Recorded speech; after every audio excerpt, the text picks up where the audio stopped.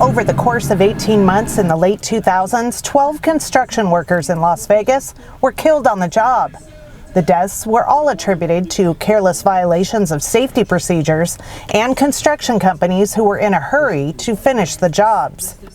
Investigations and congressional hearings found that the oversight of these construction companies was lax. Serious safety violations were often overlooked or minimized. As a DOE national laboratory, such carelessness would not be allowed to occur at PNNL. The standard of care for all staff and subcontractors at DOE sites is second to none, which is why, when undesirable events do occur, it's crucial to examine them for lessons learned. In the latter part of 2018, 3 construction events being overseen by PNNL occurred, events that could have been much worse. These events all had common themes. We were partnering with subcontractors, conditions around the work being performed had changed, and hazards were not recognized.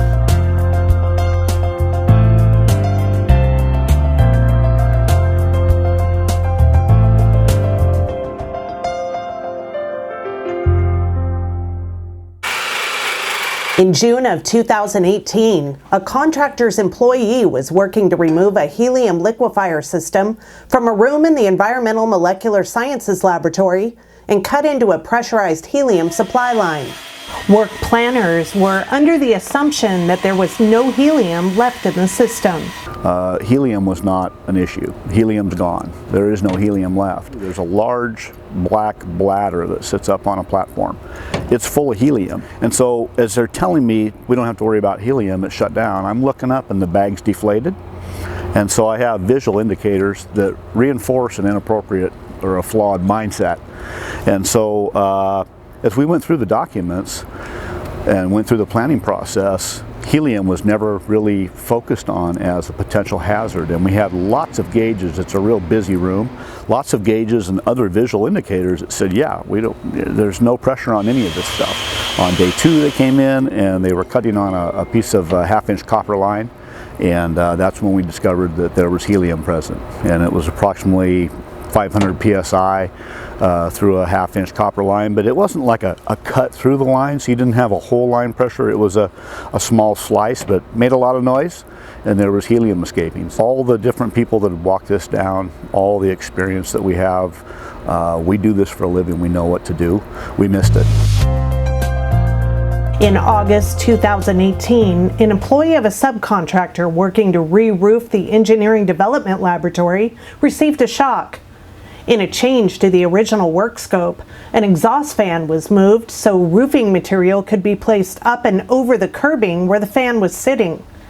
This change was not recognized, so the hazards weren't evaluated.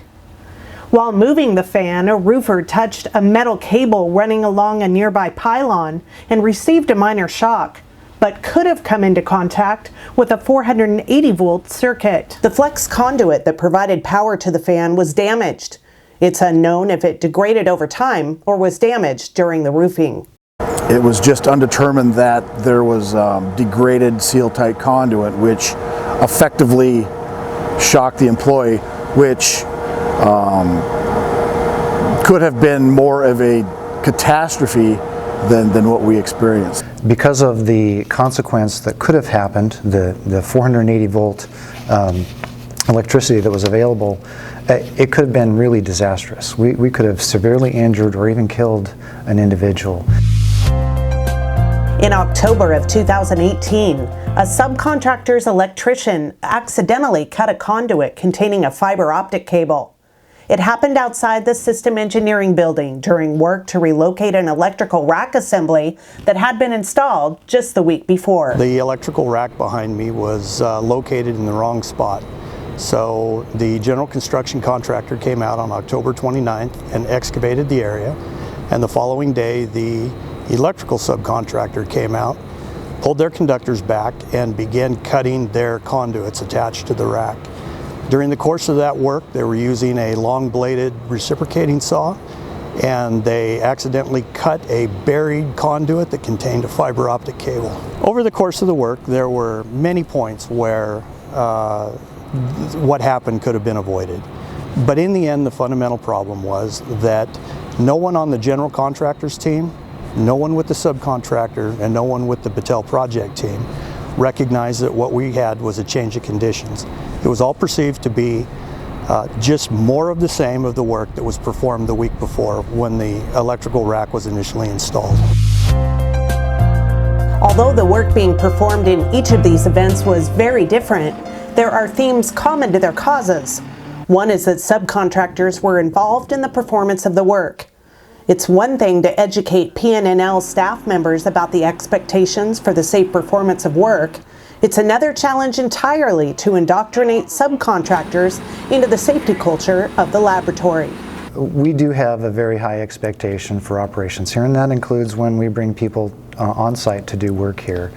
Many times those expectations are higher than what might be acceptable in other sectors of industry. We really shouldn't apologize for those high expectations. In fact, I think we should be proud of how high we're operating here, and insist really that people that come here meet those same expectations. As part of the lessons learned around these events, PNNL staff are improving onboarding for subcontractors, while also encouraging their workers to take a personal responsibility for their safety. You shouldn't just take as a Battelle representative's word that equipment is ready to go. We're trying to shift the onus to them, which is part of an integrated safety management system, which is engage and involve the workers that are actually going to be performing the work. We really want to empower that superintendent on site to identify what's the best way to do that work, what's the right way to approach that job, what's the best way to keep you and your workers safe, and we want each of them to feel ownership of their own safety. We're also reaching out to contacts at other national laboratories outside of the communities of practice to gather lessons learned, best practices, and other materials that they have found to help engage contractor staff. And we needed to go the extra mile, essentially, to make sure that those folks understand their requirements, understand our expectations for how to work.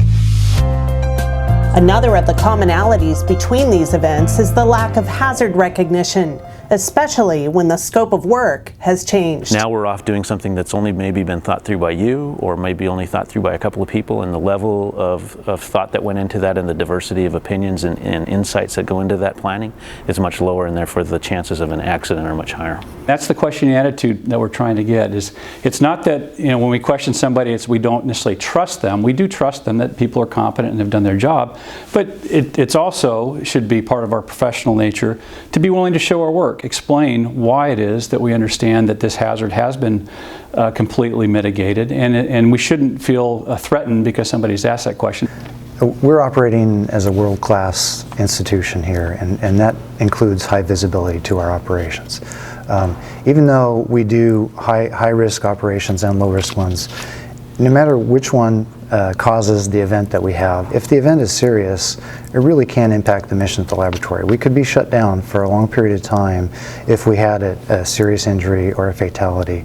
And so really, beyond caring about the staff that work here, we also care because it can impact our livelihood in this community.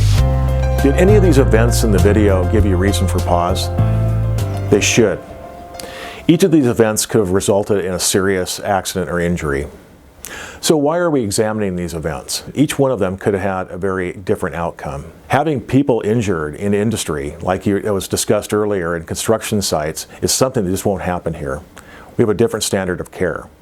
So I ask each of you to take these SCORE principles seriously and go back and reflect on these events that we showed in the video and try to improve our own performance and our safety culture of the laboratory. Thanks for everything you do, and stay safe.